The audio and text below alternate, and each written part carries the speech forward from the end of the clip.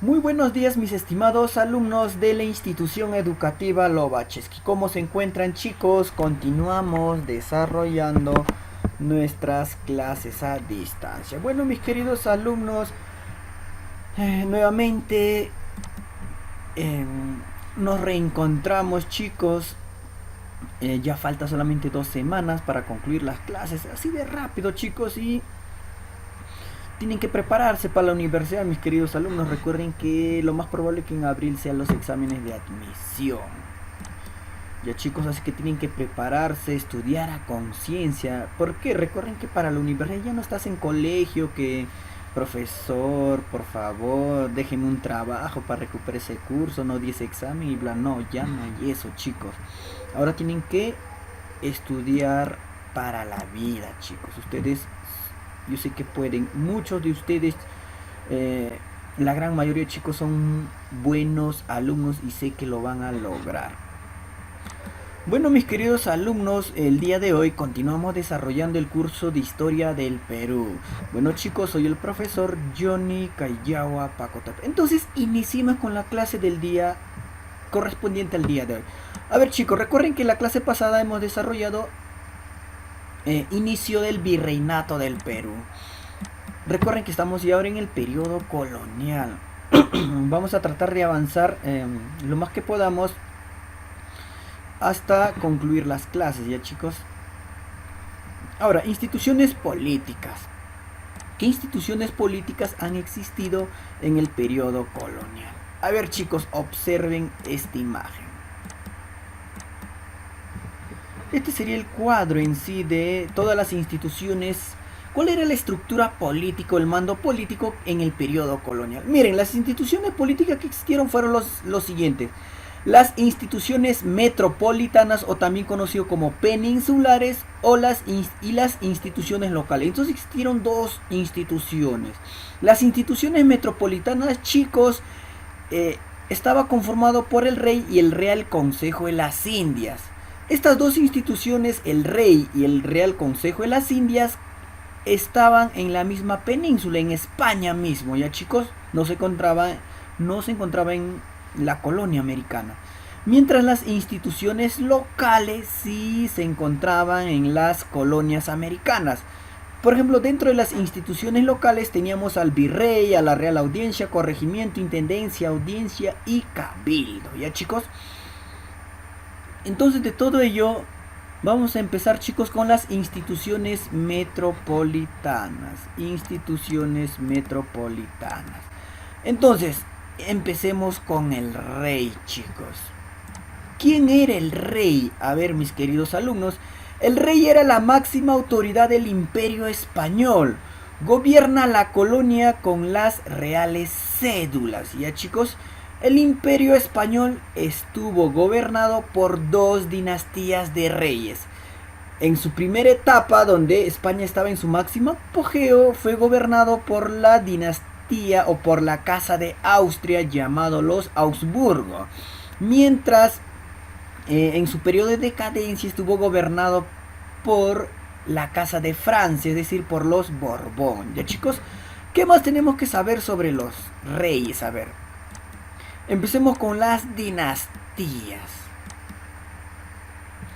A ver chicos, observen la imagen. Este es el cuadro de las dinastías de los reyes. Miren, les había mencionado que España en todo el periodo colonial, es decir, desde 1516 hasta 1824, que se da nuestra independencia del Perú, estuvo gobernado por dos dinastías.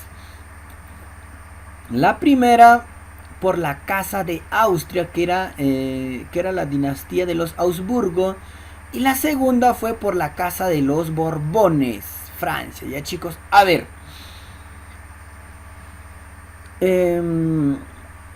justamente chicos, observen el cuadro de la dinastía de los Augsburgo. Tenemos dos, Carlos I o V. ¿Por qué Carlos I o V, chicos? Miren, Carlos I era rey de España, pero a la vez Carlos V era rey de Alemania. Por eso en España se le conocía como Carlos I y en Alemania se le conocía como Carlos V, ya chico.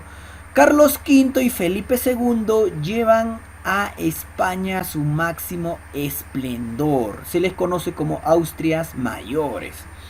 En su gobierno de los dos chicos, España estaba, se podría decir que era una de las potencias mundiales. Carlos V incluso tenía una frase donde decía que en mi gobierno, perdón, no era en mi gobierno, no, en mi reino nunca se oculte el sol. Es lo que decía Carlos V. Y ustedes dirán, ¿cómo es eso, profesor? ¿Cómo que en su reino nunca se oculte el sol? Sí, chicos, miren, recuerden que el rey Carlos I o V era rey de España y rey de Alemania. Recuerden que se encuentra en el hemisferio norte. Entonces, cuando en España y Alemania era de día, en las colonias americanas era de noche. Entonces, cuando en Europa, chicos, empezaba a anochecer, en las colonias americanas ya estaba amaneciendo. Y recuerden cómo Carlos V era rey de España, Alemania y las colonias americanas. En sus dominios o en sus reinos nunca se oculte el sol. Por esa razón nos decía eso. ¿Ya, chicos? Bueno, después de Carlos I llega a gobernar Felipe II, después Felipe III, Felipe IV y Carlos II. Chicos, ¿han notado algo? Miren, la casa de los Habsburgo o la casa de Austria gobierna desde 1516 hasta 1700. Y después los Borbones gobiernan desde 1713 hasta 1824. ¿Qué ha ocurrido, chicos, ahí? ¿Qué ocurre en esos 13 años? Miren, chicos, observen la imagen. Carlos II, el último rey de la dinastía de los Habsburgo, a su muerte no deja ningún heredero al trono de España. Como no deja ningún heredero al trono de España, chicos, va a iniciar la Guerra de Sucesión Española, donde muchísimas potencias van a querer colocar a sus familiares en el reino de España. ¿Cómo es eso, profesor? Ustedes estarán preguntando. Bueno, en esos tiempos, chicos, ¿cómo funcionaba? Imaginemos que yo soy rey de España y tenía un hijo y una hija. ¿Ya? Imaginemos, como yo soy rey de España, mi hijo se va a casar con una reina de Inglaterra. Entonces, cuando muere el rey de Inglaterra, mi hijo, como se ha casado con la hija del rey de Inglaterra, puede ser heredado como rey de Inglaterra siempre y cuando el rey de Inglaterra no ha tenido hijo, solo hijas. ¿Ven? También he mencionado que tengo un hijo y una hija, ¿verdad? Imaginemos que mi hija se casa con un príncipe de Francia. Entonces ese príncipe también puede querer, a mi muerte, puede querer ocupar el trono de España. Y así sucesivamente. Entonces, chicos, recuerden que Carlos V era descendiente alemán. Entonces habían alemanes, austriacos, franceses, ingleses, etc. Muchas coronas se van a disputar porque van a querer colocar a uno de sus familiares en la corona española. Por eso es que se inicia la Guerra de Sucesiones Española. Esta Guerra de Sucesiones, chicos, termina con el Tratado de Utrecht. Porque son 13 años de guerra, chicos. Y eso, en el Tratado de Utrecht, chicos, se coloca, se podría decir que vencen los franceses. Y entra el gobierno Felipe V. ¿Quién era Felipe V, chicos? Felipe V era el nieto del rey de Francia llamado el Rey Sol, que era Luis XIV. Recuerden que Luis XIV era el máximo representante del absolutismo en Europa. En su gobierno de Luis XIV, Francia era una de las potencias emergentes. Ya España estaba en decadencia. Entonces, en esta guerra de sucesiones gana, chicos, Francia. Se firma el Tratado de Utrecht y colocan en la casa de colocan al Felipe V como rey de España. Entonces ocupa los Borbones el gobierno de Francia. Inglaterra, como estaba molesto, chicos, los Borbones le dicen: un momento, para que veas que soy bueno, puedes llevar tus mercaderías a América. ¿Se acuerdan? Entonces, más adelante cuando lleguemos a las concesiones que va a dar España, chicos, a Inglaterra, uno de ellos van a ser el navío de permiso, el navío de revisión, etc. Ya, chicos, pero eso lo vamos a empezar más adelante. Después va a gobernar Fernando VI, Carlos III, Carlos V y último Fernando VII. En el gobierno de Fernando VII se dan las invasiones napoleónicas, donde Napoleón Bonaparte lo saca del poder a Fernando VII. Ya, chicos, justamente en el gobierno de Fernando VII son donde se dan las guerras de las independencias en las colonias americanas. Entonces ya saben todo sobre las dinastías, chicos. Recuerden, hay dos casas, la casa de Austria, que eran los Habsburgo, y la casa de Francia, que eran los Borbones. En las preguntas de examen de admisión, chicos, puede hacer preguntas sobre Carlos I o V y sobre Carlos II, porque recuerden que Carlos II va a ser el último rey de la dinastía de los Habsburgo. Después de él se produce la guerra de sucesiones española.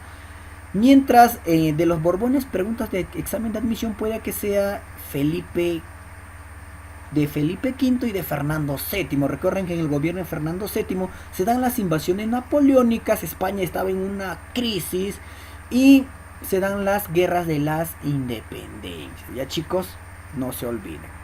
Bueno, sigamos avanzando.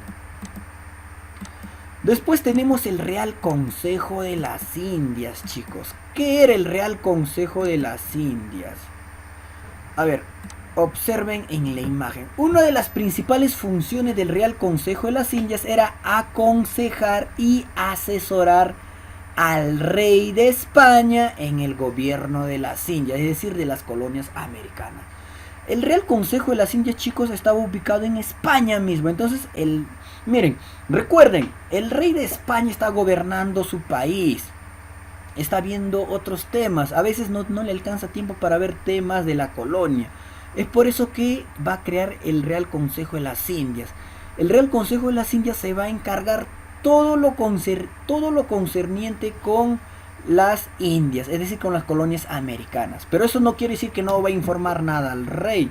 Sí tiene que informar al rey, ya, chicos. Va a informar al rey de todo lo que sucede en las colonias americanas. Por eso su función del Real Consejo de las Indias es aconsejar y asesorar en el gobierno de las Indias al rey de España. Entre sus principales funciones del Real Consejo de las Indias está lo siguiente: realiza el juicio de residencia al virrey y a las autoridades al concluir su cargo. ¿Esto en qué consiste, chicos? Miren, a ver, anteriormente los primeros virreyes que van a gobernar el virreinato del Perú, chicos, van a gobernar hasta que mueran. Pero después van a cambiar esa figura y van a decidir en que un virrey solamente va a gobernar por 5 años. Pasado esos 5 años, chicos, serán investigados por el Real Consejo de las Indias. Recuerden que en las colonias americanas ese virrey va a ser acusado de muchos actos de corrupción, etc. El Real Consejo de las Indias lo va a investigar por un periodo de 2 años al virrey y a todas las autoridades al concluir su cargo. En estos 2 años de investigación, chicos, el Real Consejo de las Indias puede concluir que el virrey merece un castigo o que todo está ok o todo está bien. Depende de la investigación, ¿ya? Entonces recuerden, realiza el juicio de residencia al virrey y todas las autoridades cuando concluyen su cargo. Ya saben, chicos, ¿ya? Otro, organiza y dirige la Armada Naval y el Consejo de Almirantazgo. ¿Qué quiere decir, chicos? A ver, recuerden que en las colonias americanas va a existir 2 minas o 3 minas muy importantes: la de Potosí, la de Zacatecas en México y la de Huancavelica, la de Azogue en el Perú. ¿Qué ocurre? Como por ejemplo en las de Zacatecas y las de Potosí había oro, chicos, sacaban oro los españoles. Todo ese oro salía en grandes galeones, le llaman galeones de barcos, es decir, barcos. Imagínense 15, 20 barcos llenos de oro. Como estos 15, 20 barcos llenos de oro salen de las colonias americanas dirigiéndose hacia España, a veces estos barcos eran atacados por piratas y corsarios. Es por eso que el Real Consejo de las Indias va a organizar una armada naval que va a estar circulando por todo el Atlántico para poder resguardar y vigilar a estos barcos. Ya chicos, eso es entonces esa es una de las funciones también que cumple el Real Consejo de las Indias. Otro, controla las rentas reales. Todos los impuestos que tienen que pagar los indígenas, los españoles en las colonias, tienen que hacerlo, o mejor dicho, lo va a controlar el Real Consejo de las Indias. Recuerden que va a haber minas y tienen que pagar el quinto real. Absolutamente todo eso tiene que controlar para que no haya corrupción. Ya chicos, otro, propone autoridades civiles, judiciales, militares y eclesiásticas. Es decir, por ejemplo, si muere, por ejemplo, hay casos chicos que el virrey cuando llegó estuvo 1, 2 o 2 años en su gobierno, fallece repentinamente. Cuando fallece el virrey, chicos, el que lo va a reemplazar en su gobierno al virrey es el Real Consejo, la Real Audiencia. La Real Audiencia va a enviar un documento a España, el que lo va a recepcionar es el Real Consejo de las Indias. En ese documento le va a decir que nombren un nuevo virrey porque el virrey ha muerto. Entonces, el que va a proponer o también nombrar autoridades es el Real Consejo de las Indias. Puede proponerlo, puede decir al rey de España. Rey de España, y un tal Mendoza de apellido, o a un tal Jáuregui, que puede ser un buen virrey para el Perú. Yo le propongo a él. ¿Ya? Y entonces el rey de España va a decir, bueno, como tú lo estás proponiendo, Consejo de las Indias, yo acepto. Y lo mandan a Jáuregui como virrey. ¿Ven?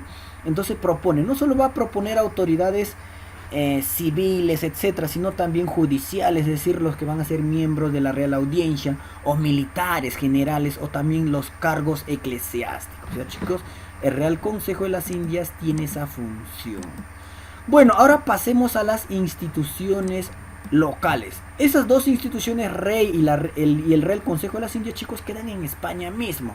En cambio, las instituciones locales quedan en las colonias americanas. Empecemos con el virrey. Recuerden que el virrey es el representante del rey de España en las colonias americanas. Repito, es el representante del rey de España en las colonias americanas y es la máxima autoridad del virreinato del Perú. Es nombrado por 5 años. Recuerden lo que les mencionaba, inicialmente un virrey ocupaba el cargo de por vida hasta que muera, pero posteriormente cambian esta figura y solo lo van a nombrar por 5 años. Otro, también van a enviar visitadores para supervisar el virreinato.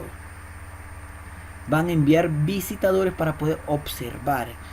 El virrey también presenta un informe y balance de su gobierno llamado Memorias. Este balance informe lo tiene que presentar al Real Consejo de las Indias, donde el Real Consejo de las Indias lo va a investigar por un periodo de 2 años.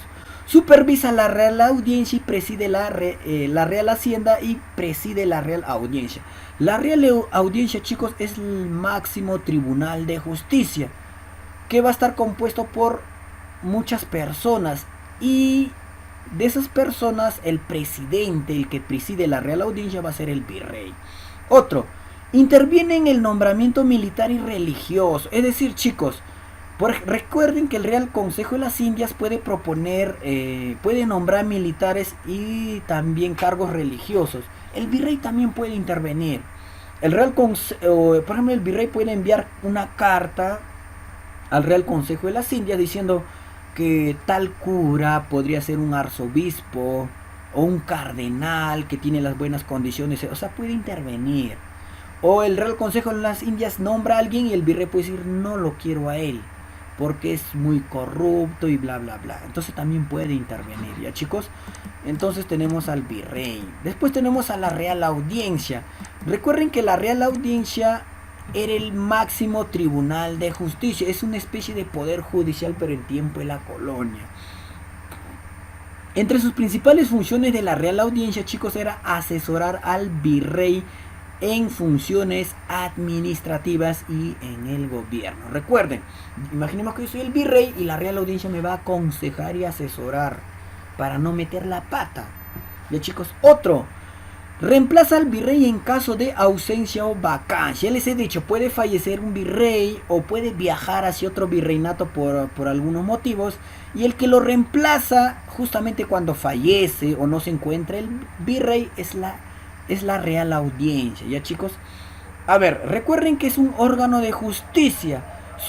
Por ejemplo, imaginemos que algunos de ustedes, chicos, estoy en juicio y nos vamos a la Real Audiencia.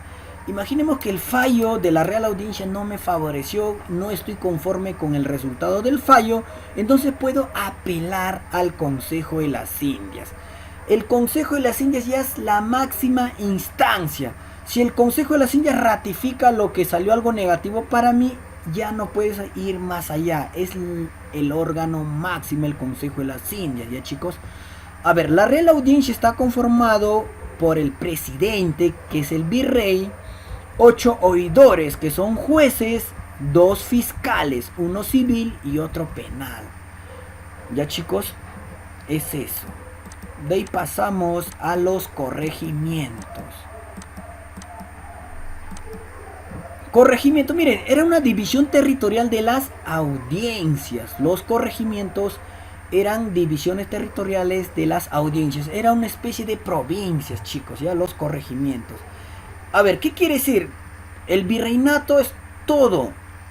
Los virreinatos están divididos en audiencias, ya, chicos. Una audiencia es una especie de departamentos. Mientras los corregimientos son una especie de provincia. Por ejemplo, el departamento de Ayacucho tiene 11 provincias, ¿verdad? La Mar, Huanta, Cangallo, Huamanga, etc. Tiene 11. Entonces los corregimientos son una especie de provincias. El que va a gobernar en un corregimiento es el corregidor. Este corregidor, chicos, tiene poderes políticos, administrativos y judiciales. El corregidor, chicos, va a ser el funcionario más odiado de la colonia. ¿Por qué va a ser odiado? Porque va a aplicar el reparto mercantil. ¿Qué era el reparto mercantil, chicos? Es que otorgaba mercancías a los indígenas. Les obligaba a comprar cosas, a veces cosas que a los indígenas no les iba a servir. Por ejemplo, recuerdan que los indígenas no saben leer ni escribir. Ya, imaginemos que soy un corregidor y le obligo a que me compre este lapicero. Pero si no sabe leer ni escribir, ¿para qué va a usar el lapicero? ¿Ven? Entonces muchas cosas que los indígenas ni siquiera lo saben utilizar o no utilizan, este corregidor les va a obligar a comprar. Y lo peor de todo es que los va a obligar a comprar a un precio muy alto. Por eso va a ser muy odiado. Aparte va a ser muy odiado porque es el que va a recaudar los impuestos. Y también recluta personas para las mitas mineras para que trabajen. Recuerdan que de 10 personas que iban a las minas, 8 o 7 mueren y 2 o 3 regresaban vivos. A ver, después de la rebelión de Tupac Amaru, los corregimientos fueron reemplazados por las intendencias. Ya, chicos, ya saben. Los cabildos. ¿Qué eran los cabildos? A ver, chicos. Los cabildos eran administraciones vecinales de una ciudad. Actualmente estos cabildos lo llamamos municipalidades. Ya, a ver. Entre sus principales funciones de un cabildo era velar por el orden y seguridad de la ciudad, administrar los arbitrios y precios de alimentos, y también se realizaba una asamblea pública llamado cabildo abierto. En este cabildo abierto, como ustedes pueden observar en la imagen, era la reunión de todos los vecinos de la ciudad. Anteriormente, chicos, por ejemplo, en la ciudad de Huamanga, en ese tiempo no existía, por ejemplo, San Juan. Bueno, una parte de San Juan sí. No existía donde el seguro, el penal, Carmen Alto más arriba, muchos lugares, el terminal, no existían, Moyepata no existían. Huamanga era una ciudad pequeñita. Y como era una ciudad pequeñita, se convocaba a cabildo abierto. Era una reunión para poder debatir o tratar de solucionar los problemas de la ciudad. Ya, chicos, era un cabildo. Bueno, chicos, eso ha sido todo por el día de hoy. Actividades para desarrollar es que tienen que dibujar a las dinastías reinantes de España en el periodo colonial. Bueno, chicos, cuídense y hasta la próxima.